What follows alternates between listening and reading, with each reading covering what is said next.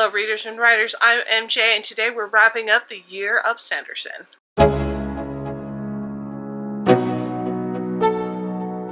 So 2022, Brandon Sanderson came out with a huge announcement that he had 4 secret novels that he wrote over the pandemic and that he was going to release them as indie books through a Kickstarter campaign. In addition to the books, he was also going to release some special swag boxes throughout the year, and you could, of course, sponsor the Kickstarter at whatever stage that you were able to. And I don't think anyone expected what came next, let alone Brandon Sanderson himself, and that campaign became the biggest Kickstarter ever. And we had our year of Brandon Sanderson, and what a year it was. Between the 4 secret novels and all of the swag that came out, I personally wanted to do a goal of reading 12 Brandon Sanderson novels, which was kind of easier said than done because as the year started to go on, I started to get a lot caught up with his backlist, and which was great, but kind of left me struggling a little bit to find things to read. And I'm happy to announce that I did end up reading 12 Brandon Sanderson works in 2023, and there's actually still a whole series I still have left to read in 2024. So today I wanted to go over what I read, go over the secret novels, and also show some of the swag that was most impactful to me, I suppose you could say, the things that have kind of like been put into daily use, and just kind of wrap up this year of Sanderson, because it was such an event. So let's first talk about what I read. The first Sanderson novel I read was Trust and Emerald Sea, which I believe dropped on January 1st of 2023. I had the ebook version is what I actually read, and then ended up getting the paper version much later because the printer was definitely backlogged on supply as they got used to all of this. But it is such a beautiful novel. I was very happy when I first saw it because you don't see a lot of color in books for the print. It's kind of expensive to do. And it was very beautiful to see, and then also to see, as it was appropriate, that the color print actually changed as well. And Trust and Emerald Sea was a great start to the secret novels and ended up being on my favorites list of fantasy for 2023. I didn't pick up another Sanderson novel until February, where I picked up Psionic, which is the 3rd full novel in Brandon Sanderson's YA science fiction series, Skyward. So this was, I'm not a huge fan of Sanderson writing YA.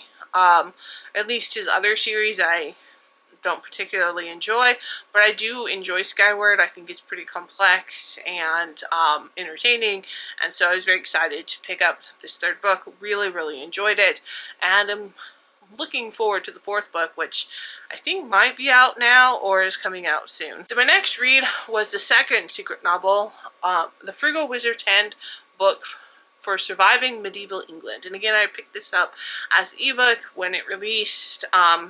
Wanted to read it right away. Ended up getting the hardback a little faster than the first book. But again, like, look at this phenomenal art style. It's a gorgeous book. And I loved the choices that they made on how to spend some of the extra money on it. I loved this book. It also was in one of my favorites of fantasy for 2023. Although it's kind of like fantastical science fiction. Honestly, it was just a lot more humorous and was setting a really good tone for the year of Sanderson. In May, I picked up The Hero of Ages, which is the 3rd book in the first part of the Mistborn trilogy, And this again was on my favorite fantasy of 2023. I thought it was an amazing end to the trilogy. It like blew me away. I really liked the Mistborn trilogy. Probably one of my favorite works of Sanderson. And this year was off to a really good start. So far, I had read at least one Sanderson book every month and had really, really enjoyed all of them. I did not read any Sanderson books in June, but I did read 2 in July. I started a book in June, but I didn't end up finishing it until later in July. So the first one I picked up that I finished in July is Yumi and the Nightmare Painter. And this book's okay, but it definitely was not a fave for me. The cover is stunning, probably the most stunning out of the 3. The artwork, potentially, you could argue is as well. But I did not like this book as well because it was trying to be a romantasy, and that's not why I enjoy Sanderson. I'm not a romantasy reader, and this was very much a YA romantasy. So I didn't enjoy that. Also, it pulled a lot from other cultures as well. I don't know. Hopefully there's like sensitivity readers to go with it. I'm sure Sanderson is pretty good about that.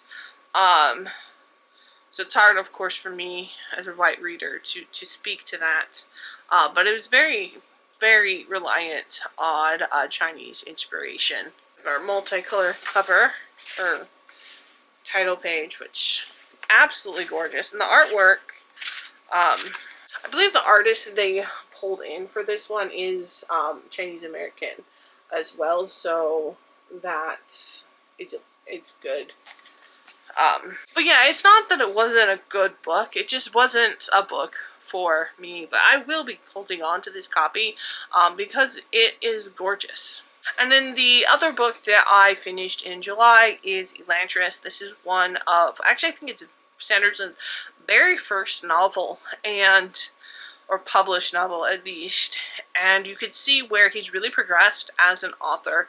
So in some ways this was really nice to read because I liked seeing how much Brandon Sanderson has progressed. So like, it to me, like, I really admire his writing, and so like it doesn't make me feel bad that I feel like I have had to progress since my debut as well. But also Elantris has a lot of the foundation, I think, for all of his works that were to come, and so reading it gave me a lot of context that I didn't think I necessarily had before. So it is an important foundation to read of Sanderson, even if it was not my favorite book of his. So August and September, I didn't finish a single book of Brandon Sanderson. I did start an audiobook that took me a very long time to get through, and didn't end up finishing it until October. So actually, before I actually finished the audiobook, I did finish reading The Sunlit Man, which is the 4th secret novel. This is, I think most of them or all of them are Cosmere novels, but this is one that more, I think, directly connected to the Cosmere or to the Stormlight Archives series. I had a hard time with context of me understanding how much I was supposed to know in this book and how much I was just like was new. So I felt reading it like I was missing a lot of the connections. If I go back and read this, I am going to have to do some research first to figure out what I was supposed to know, what I was supposed to figure out in the novel, because I spent most of the time reading it just like lost. Out of context, and I finally figured out who the narrator was by the end of the novel and when it had taken place, but it took so much effort and time that I felt like a poser, honestly. Like maybe I was not as obsessive about Brandon Sanderson's work as I should have been to just naturally have picked up on this book, and I don't think that's what I was supposed to take away from it. So that probably made my connection to this novel a lot less than it could have been otherwise. I do think that if I go and put it in context and just kind of do some research first before I go and reread it, that I will enjoy it probably a lot more than I did. But yeah, just this first read, to me it was definitely more of a letdown, and more just like let down of myself, because like made me feel like I was not fan enough to understand where I was supposed to be, where I didn't have that concern with any of the other novels. Again, stunning. I think this is the first one, or only one with like actual sprayed edges. The back is amazing. There is less internal artwork in it, however, at least colored internal artwork. There is some, but it's really hard to find. So I don't know if there's actually less, or I just am never able to locate it. But it still is very pretty of a book, and the last of the actual secret novels. The Year of Sanderson was not done.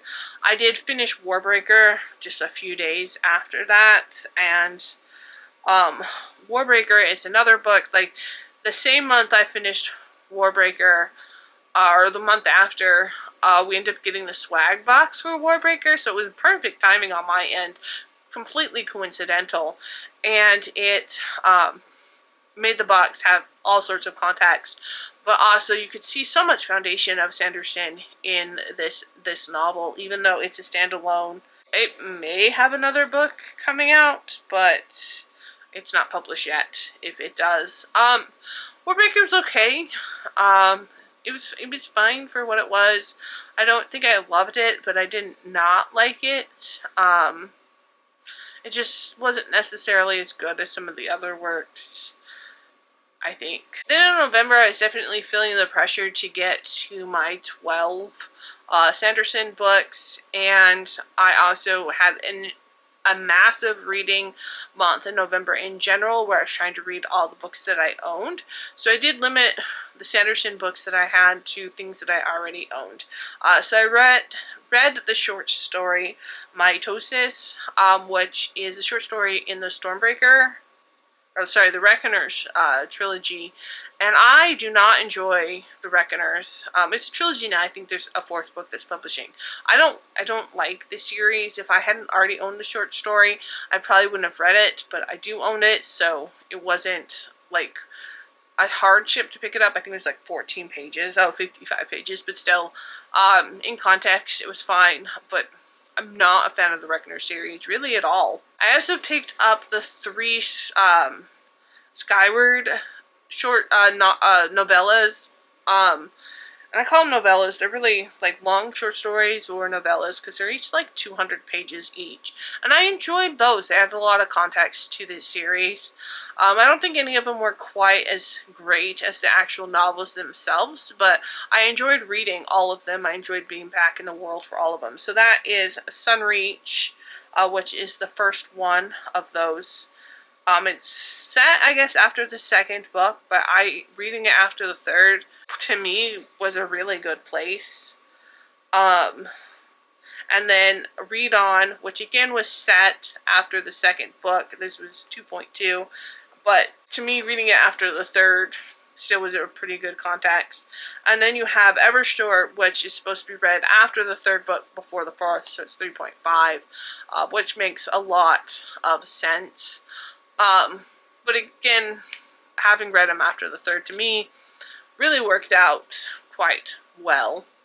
And I, enjoyed all of them, and that put me at my 12. So then I reached my goal for Sanderson, and I did not read any Sanderson in December.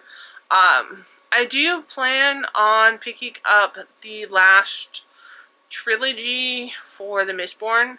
I think it's really the only thing of his I have left to read that's not newly published. So, that's pretty exciting.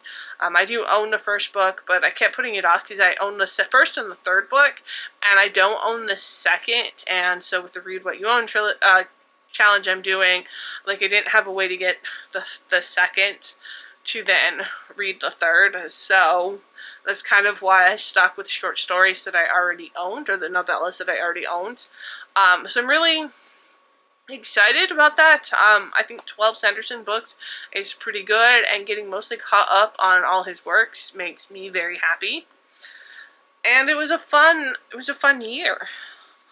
So in addition to all of that, there was swag that came in. The very first box, you got the Hoyd t-shirt.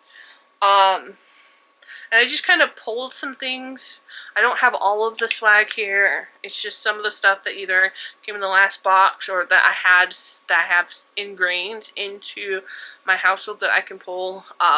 Which are Dragon Still socks that I haven't opened yet, but now that it's getting colder, I will be using a lot of. The last book also had a published short story, one of Sanderson's first books, Long Chills and Queso, which is just this really cute little volume that I'm excited to pick up. Again, earlier Sanderson work, so it'll be interesting to see how his writing has changed. Also, Mbot now lives on my desk at work. This makes me very happy. This is such an amazing item to include. Nightblade lives on my Brandon Sanderson shelf. So it is really nice having the context for all of this, knowing where this came from, since I have now read those books. So I think prioritizing reading Sanderson this year definitely made this year so much more enjoyable for me. Also, my Go Fish cards with the people, all the little things that have names that I can't remember. Each one came with stickers. The first couple boxes came with multiple stickers, so I have some stuck and then some left over. But like the third one only came with one, and I don't have it on there. Each came with a lot of enamel pins. This is the newest one, so it's not actually on my wall of enamel pins yet. So I have a huge collection now of Sanderson enamel pins. And that's fantastic. One of my favorite items is this bag that I plan on using. I adore it and wish I could use it more, but this doesn't fit in very well, so it doesn't really work with my Kindle Scribe, unfortunately. So it's definitely a day bag when I'm not taking my Kindle Scribe with me. So those are just a few things that came in the swag box. Obviously, there's so much more that was given as well, but these are the ones that, I don't know, I remember the most and was the most impactful. I know there's some bookends, but I haven't built them yet, so they're over to the side here. I can't really show them off very well, but one of the things that came in the newest one is a writing notebook that says there are still stories to tell, with Dragon Still's thing on it. It has a note from Sanderson in it, and then just quotes throughout, and like there's prompts in it, different types of writing styles, so you can you could draw and line or write on the side if you wish. And it comes with a ribbon, which I think everything should come with the ribbon. I'm very ribbon obsessed, and I think this is just really such a cute idea.